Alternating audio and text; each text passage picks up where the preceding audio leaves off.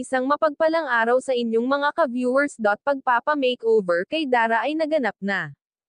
Bago natin ituloy ang maiksing reactions na ito, huwag natin kalimutan suportahan ang ama ng Kalingap na si Val Santos Matubang at Kalingap Rab. Talaga naman na marami ang humanga sa makeover na ginawa kay Dara. Hindi mo aakalain na ang gandang taglay nito ay sa bundok nakatira. At usap-usapan pa ng K-boys na parang hindi nakatira sa bundok ang dalagitang ito, parang lumaki sa syudad. Hindi nga raw nila sukat akalain na ganito kaganda at mala-artista ang dating ni Dara. Kaya naman kahit ang may-ari ng ALM ay labis na napahanga sa ganda ni Dara. At kung mag-post daw ito ay parang bihasang model dahil sa galing nito mag-post.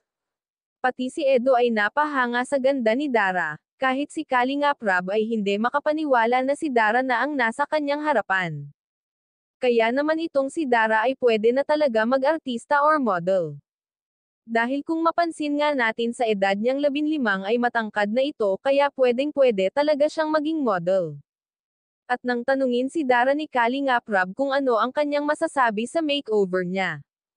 Ika ni Dara masarap daw sa pakiramdam at experience niya na para siyang model. At nagpapasalamat siya sa mga sponsor at syempre kay Kalingap Rab. At pagkatapos nga ng experience na ito ay uuwi na si Dara sa bahay nila sa bundok kung saan mamumuhay silang dalawa ng kapatid niya at wala silang kasama.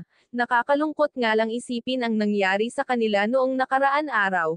Pero sana naman ay huwag nang mauulit ang ganun pangyayari. At request pa nga ng mga viewers na palitan ng mas malaki ang kadena para sigurado na hindi makapasok ang sino man na magtangka sa magkapatid. Hanggang dito na lang mga ka-viewers, maraming salamat.